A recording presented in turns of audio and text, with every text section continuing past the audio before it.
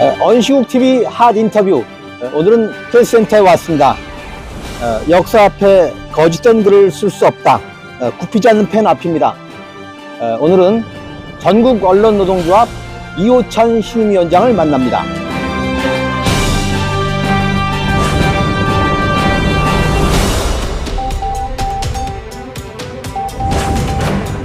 언시국 TV 핫 인터뷰.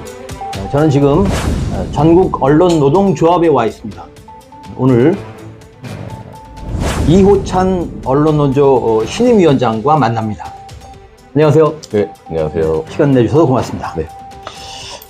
우선 본론에 들어가기 앞서서 탄핵의 기절이다 보니까 네네. 윤석열 파면 되겠죠? 당연히 파면될 거다라고 생각을 하고요. 헌재가 결정이 좀 계속 미뤄지고 있는데 한덕수 전 총리에 대한 선고를 좀 앞세운 걸로 보면 조만간 윤석열에 대한 파면 선고도 이어지지 않을까 생각하고 있습니다. 네. 파면을 앞둔 윤석열의 언론관, 한마디로 어떻게 규정하시겠습니까? 언론관이라고 붙일 수 있는 게 이 사람한테 있는지 사실 잘 모르겠고요. 네. 그러니까 뭐 입만 열면 자유민주주의 운운하는데 실질적으로 이 자유로운 언론의 비판을 전혀 용납하지 못하는 스타일로 보이고요. 자기가 손바닥에 썼듯이 자기 왕이라고 생각하는 거 아닌가라는 생각 들고 있고, 포고령에 나왔듯이 언론을 통제의 대상으로 삼는 인물이다라고 생각하고 있습니다. 네. 그 첫 변곡점이 바이든 날리면 같아요. 네네. 그때 어찌 보면은 대응을 제대로 못해서 야 이게 뭐 우기면 되는구나 뭐 이런 생각을 하게 된 게 아닌가 그런 생각이 들어요. 바이든 날리면도 네. 그냥 사과했으면 될 일이잖아요. 자기가 뭐 말실수한 부분에 대해서 인정하고 사과를 했으면 이렇게 커질 일이 아닌데, 그러니까 자신의 잘못에 대해서 좀 인정하고 사과하는 그런 뭔가 DNA 자체가 사실 없는 거 아닌가? 이런 생각이 좀 들죠. 네. 뭐 괴물이라고 합니다만 정말 희한한 캐릭터 같아요. 네. 언론노조 홈페이지에 들어가서 보니까 말이죠. 언론인 윤리 확립을 위한 실천 요강 있더라고요. 거기 보니까 뭐 경찰, 검찰, 사법부, 국가정보원 등 어떠한 국가 권력이나 정치 권력으로부터의 부당한 간섭을 막기 위해 스스로들은 연대해서 맞선다 이렇게 되어 있더군요. 그 권력기관에 대통령실도 포함해야 되는 거 아닙니까? 상당히 좀 오래전에 만들어진 요강이라서 저도 선배님 말씀해 주시고 나서 좀 뭐 찾아봤었는데 뭐 내용 취지가 사실 취지에 대해서는 제가 뭐 정확하게 파악은 못하겠지만 앞에 이제 뭐 경찰, 뭐 검찰, 국가정보원 이렇게 좀 언급한 걸로 봐서는 그런 기관은 보통 대통령실이 총괄해서 아우르니까 굳이 대통령실까지 명시하진 않았을 것 같고요. 근데 어쨌든 어떠한 국가 권력이나 정치 권력으로부터 독립한다, 부당한 간섭을 막기 위해 나선다라는 그 부분에 대체적으로 내용이 다 담겨 있는 거 아닌가 싶습니다. 네. 좀 가벼운 질문입니다. 윤석열의 언론 탄압 폐악질, 3대 폐악질을 꼽는다면 뭘 꼽으시겠습니까? 3대라고 꼽기 사실 너무 많은 폐악질이 있는데요. 크게 나눠보면은, 크게는 이제 방통위를 통한 언론 탄압이 있었고, 뭐 방통위를 통한 게 공영방송 탄압이죠. 방통위를 통한 공영방송 탄압, 또 방심위를 통한 공영방송 탄압. 그 다음에 그건 뭐 방송 신문 가릴 것 없이 정권의 비판적인 언론인들에 대한 무차별적인 압수수색, 이런 차원으로 크게 좀 나눠볼 수 있지 않을까 싶었습니다. 네. 이 여러 하수인들이 있습니다만은 그렇다면은 윤석열 정권의 언론 5적으로는 누굴 꼽으시겠어요? 뭐 가장 크게는 뭐 방통위원장이었던 사람들, 이동관, 김홍일, 이진수, 그다음에 방심위를 이렇게 망쳐버린 류일임. 그리고 저는 한 명 더 뽑으라고 하면 윤석열 본인. 윤석열 본인이 전체적으로 다 총괄한 사안이라고 보여지거든요. 이준석 방통위원장 얘기가 막 나왔습니다만은 일단 2인 체제에서 지금 이배 사장을 지금 임명하려고 하는 거죠? 네. 어떻게 전망하시고 어떤 문제의식을 갖고 계십니까?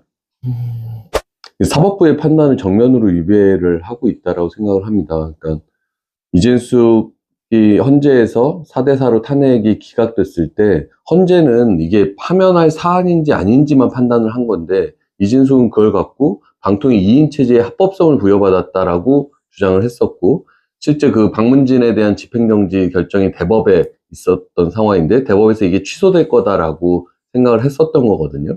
근데 아시는 것처럼 대법에서는 기존의 1심, 2심 그대로 인용을 하면서 그 방통위 2인 체제에서 주요한 결정을 하는 것이 방통위의 설치 목적, 민주주의 원칙 이런 거에 맞지 않다라고 대법원까지 판단을 한 거거든요. 2인 체제 방통위는 옳지 않다라는 게 사법부의 판단인데, 지금 그 부당한 2인 체제에서 이진수, 김태규 두 사람이서 만약에 정권 말미에 공영방송을 장악하기 위한 알박기 시도를 계속하고 있는 거고요. 그 면면도 EBS 사장으로 지금 신동호라는 사람이 내정설이 강하게 돌고 있는데, MBC에서 아나운서 국장 하면서 공정방송 투쟁에 앞장섰던 아나운서들을 프로그램에서 배제시키고 결국 회사를 그만두게 만드는데 핵심적 역할을 했던 사람이거든요. 그리고 KBS 감사도 임명을 했는데, 그 KBS 감사는 최순실 그 국정농단 사태 때 최순실이 박근혜 측근인 걸 어떻게 입증할 거냐 이런 식으로 하면서 KBS의 보도를 가로막았던 장본인이거든요. 그러니까 이진숙처럼 공정방송을 앞장서 탄압하고 공정보도를 가로막았던 인사들을 정권 말미에 공영방송에 다시 알박기 하는, 그것도 사법부가 위법하다라고 본 2인 체제에서 진행이 되고 있는 거잖아요. 상당히 심각한 문제라고 보고 있습니다. 그러게요. 그러니까 복귀가 면죄부가 아니지 않습니까? 아니죠. 네. 더욱이 그 우려되는 것이 말이죠.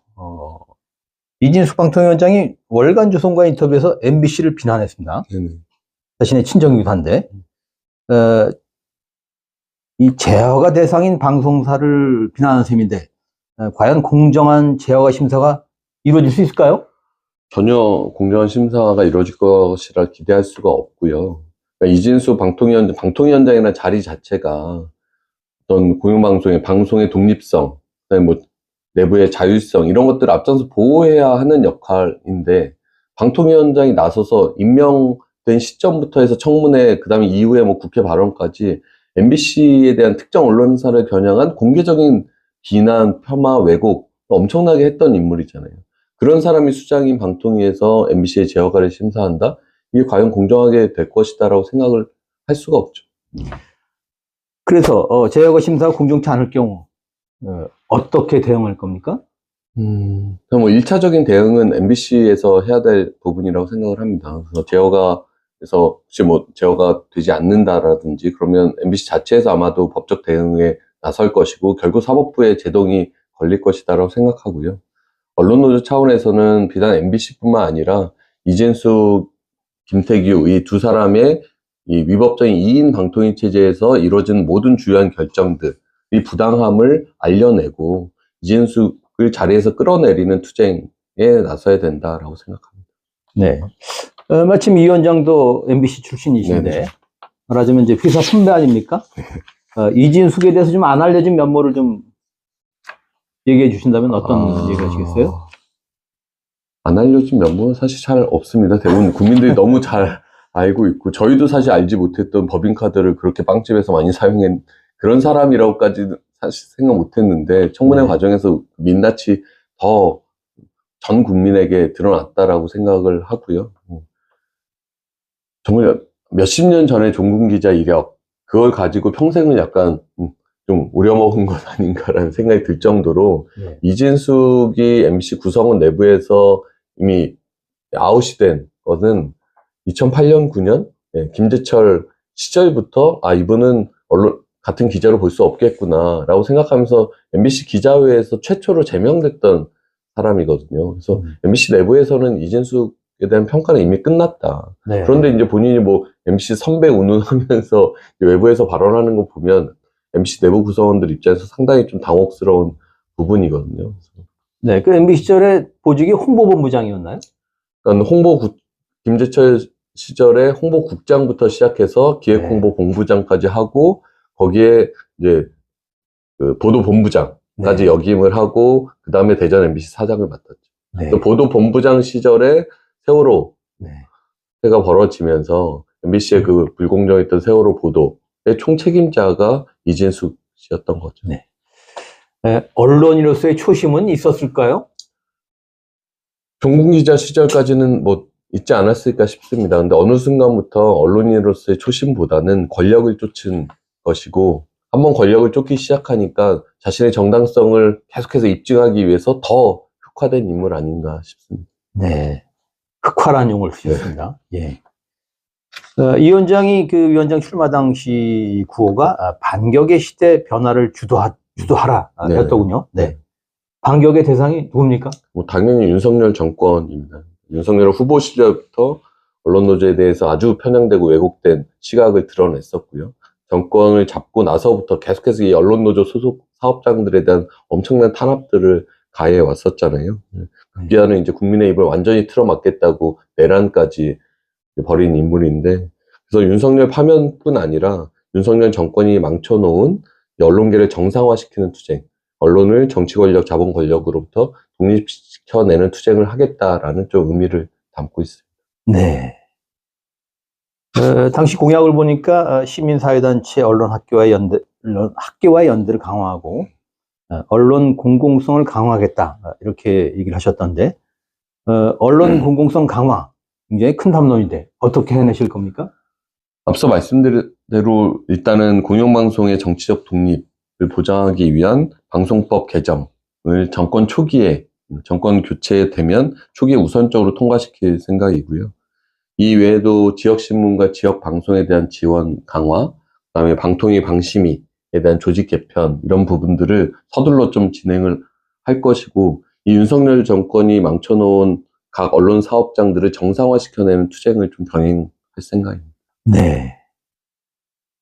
그런데 말입니다. 과거에도 방송법 개정 시도가 있었고, 뭐, 방통위 방심위 거버넌스 문제를 어떻게 풀어보려고 했었습니다만은, 그러나 시행착오를 겪지 않았습니까? 문정부 시절의 시행착오를 어떻게 차단할 겁니까? 저는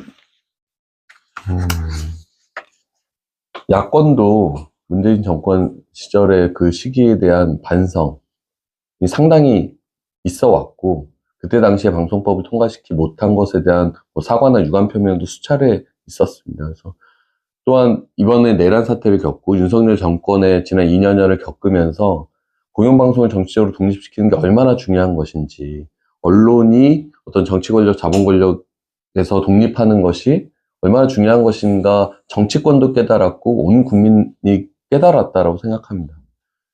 내란 이후의 상황을 보면 언론이 어떻게 보도하는 것인가가 전체적인 국가의 운명까지 좌지우지할 수 있을 정도로 좀 중요한 역할을 하고 있다라고 생각을 하거든요. 부족한 언론들도 여전히 많이 있고요. 그래서 언론을 좀 정상화시키는 것에 있어서 정치권도 그렇고 국민들도 또 많은 공감대를 형성하고 있다라고 생각을 했어요. 물론 언론 노조가 계속해서 정치권을 압박하고 여론을 더 확산해 내야겠죠. 그래서 조기 대선을 통해서 정권 교체가 된다고 하면 최우선적인 과제로 이 방송3법 개정을 통과시킬 수 있도록 노력을 할 생각입니다. 네. 이 조선일보의 사실 중에 뭐 불편, 부당이 있습니다만 사실 언론 휴갈 가치는 독립성 아닙니까? 네네. 네. 이제 취임하신 지 뭐 보름 남짓 됐죠? 네네. 임기가 2년인가요? 네네. 네. 2년 재임 중에 반드시 하고 싶은 일, 꼭 해내겠다는 다짐, 뭡니까? 공약으로 뭐 여러 가지를 제시했는데 어느 것 하나 좀 뭐 소홀할 수 없다라고 생각을 하고요. 다만 앞에 말씀드린 방송3법 개정 같은 경우에는 언론노조가 지난 수년 동안, 언론노조뿐만 아니라 시민사회까지 함께해서 지난 수년 동안 노력했음에도 이뤄내지 못했던 과제거든요. 그래서 저는 방송3법을 초기에 가장 빠르게 통과시키겠다라는 생각을 하고 있고요. 모든 법 제도가 완벽한 건 없다라고 생각을 합니다. 하지만 정권 초기에 정권이 가장 힘이 있을 때 윤석열 정권과 다음 정권의 차별을 가장 강하게 할 수 있는 부분이 언론에 대한 정권의 태도라고 생각을 합니다.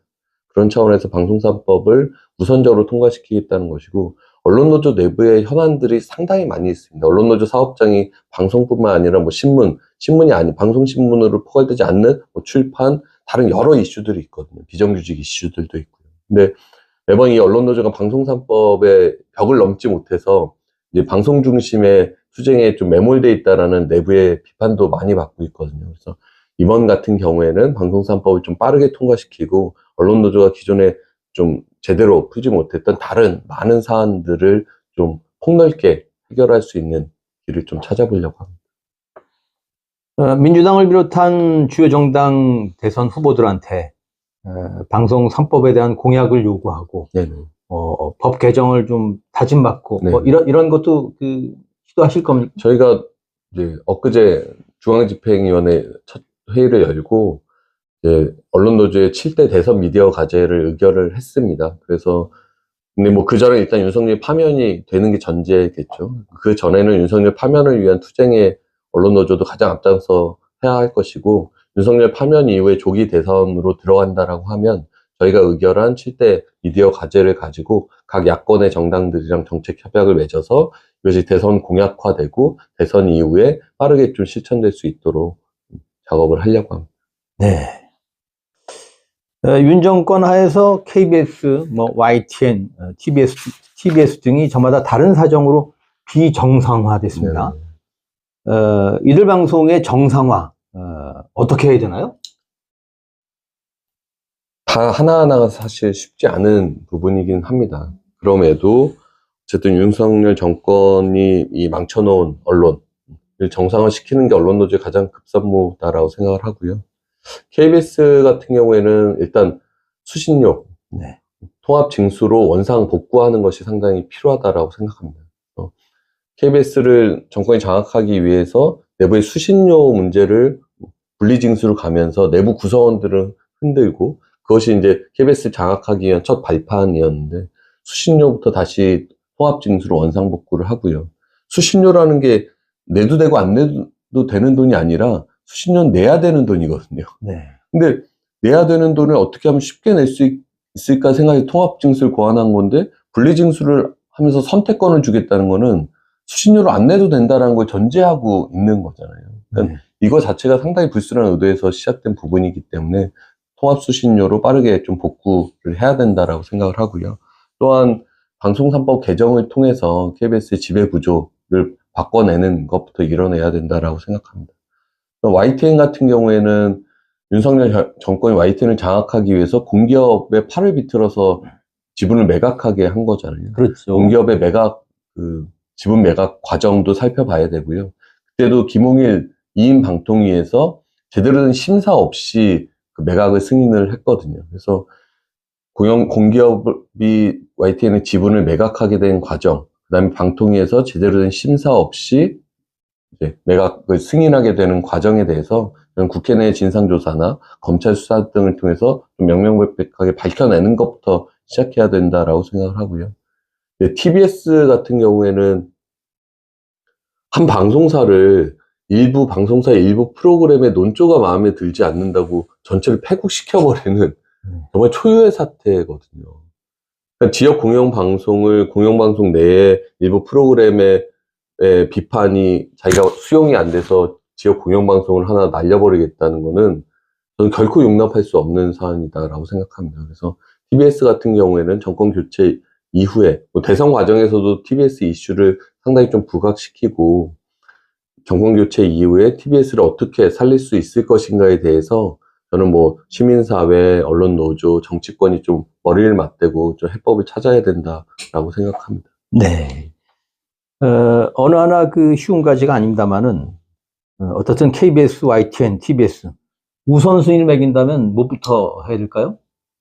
저는 우선순위를 매길 수 있는 사안은 아니다라고 생각합니다. KBS, YTN, TBS 포함해서 윤석열 정권에서 망가진 언론들을 정상화시키는 투쟁은 동시에 이뤄내야 된다고 생각하고, 이 언론 정상화의 필요성에 대해서 저희가 뭐 개별 하나하나 사안만 갖고 싸울 것이 아니라 윤석열 정권의 언론 탄압, 언론 장악을 정상화시키는 전체적인 투쟁을 좀 이끌어 나가야 된다고 생각합니다.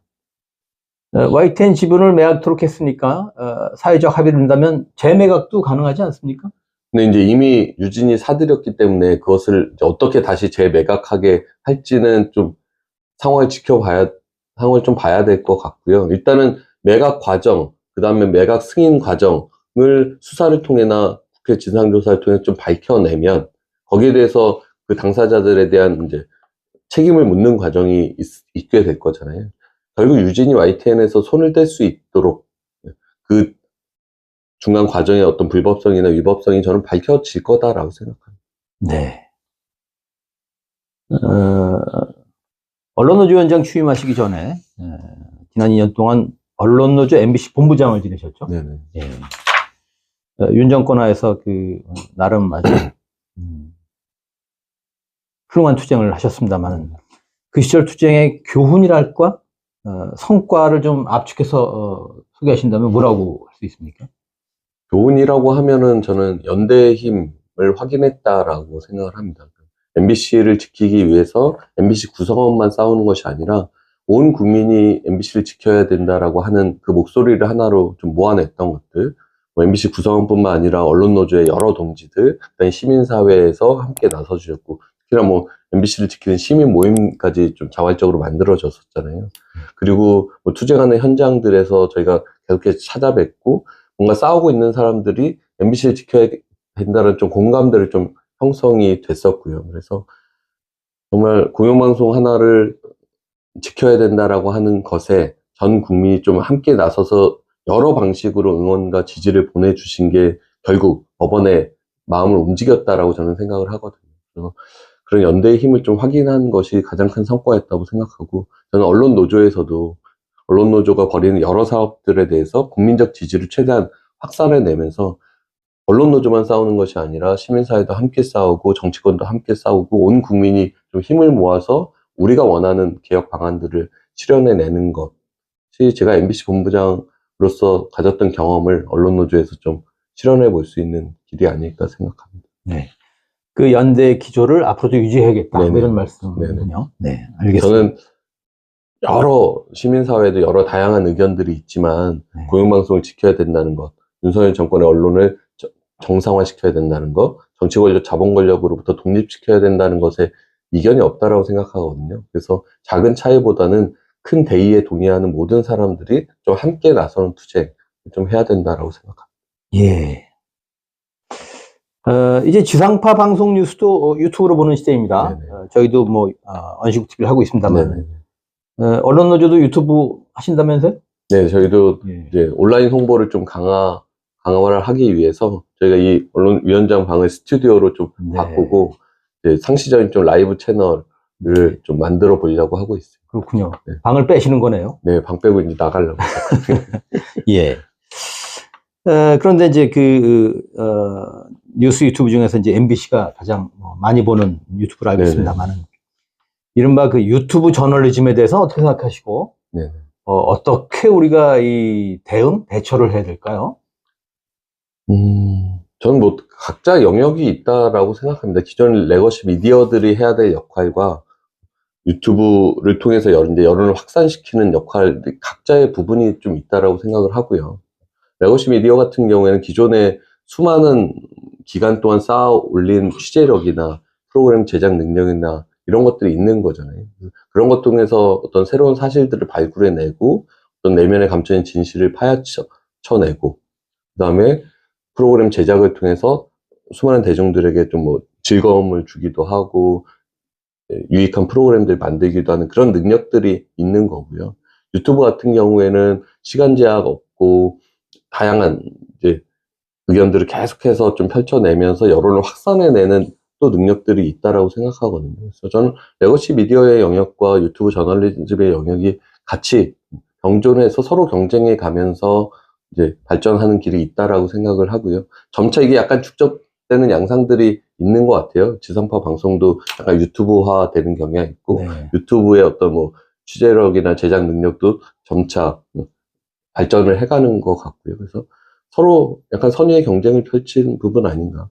다만 이제 유튜브를 통해서 우리 사회의 어떤 진영 논리가 계속해서 이제 강화되는 측면, 그런 부분들은 지상파 방송이 약간 좀 통합이나 이런 차원에서 전 국민의 어떤 소통의 장을 좀 만드는 걸로 보완할 수도 있고, 유튜브 스스로도 계속해서 진영 논리로 확장되기보다는 좀 더 이제 중간층이나 뭐 중도층에 대해서 좀 호소할 수 있는, 그래서 점차 우리 편이라기보다는 뭔가 우리 사회의 변화나 개혁을 원하는 사람의 여론이 확산되는 데 있어서 역할을 할 수 있는 부분이 있다고 생각합니다. 네. 그런데 뭐 윤석열이 뭐 삼중 중독 이런 얘기를 뭐 했었는데 일단 권력 중독, 극우 유튜브 중독, 알코올 중독, 이 극우 유튜브 문제가 있지 않습니까? 이걸 언론노조가 어떤 수단이 있을지는 모르겠지만 어떻든 규제 틀 안에 들어야 되는 거 아닙니까? 그 부분은 좀 사회적 논의가 필요하다고 생각합니다. 그러니까 유튜브를 규제의 틀로 삼을 그럼 이제 극우 유튜브만 대상이 되는 게 아니라 이제 모든 유튜브를 대상으로 삼아야 되는 부분들이 있어서 그 부분은 저희가 좀 고민이 필요해 보여요. 그래서 극우 유튜브여서 뭔가 규제를 한다기보다는 뭔가 사실관계가 틀린 내용들이 왜곡된 내용이 그리고 누군가에 대한 뭐 인신공격이나 모욕성 발언들이 무차별하게 퍼져나가는 것들, 그다음에 뭐 부정선거 의혹 같이 정말 음모론 같은 이야기들이 확산되는 것들은 좀 방안을 찾아봐야 될 것 같은데 그걸 유튜브를 직접 규제하는 방식으로 갈지 다른 방식을 찾아야 될지에 대해서는 제가 아직 좀 고민이 정리가 안 된 부분이 있어서요. 그리고 유튜브의 뭐 심각성이나 이런 것들은 지금 사실 온 국민이 확인을 하고 있는 부분이잖아요. 그럼 좀 사회적 논의가 좀 필요하지 않을까 싶습니다. 네, 언론노조도 좀 연구를 하실 겁니까? 네네네. 예, 알겠습니다. 언식TV 한 인터뷰, 오늘은 언론노조 이호찬 신임위원장을 만났습니다. 고맙습니다. 수고하셨습니다. 아유, 감사합니다.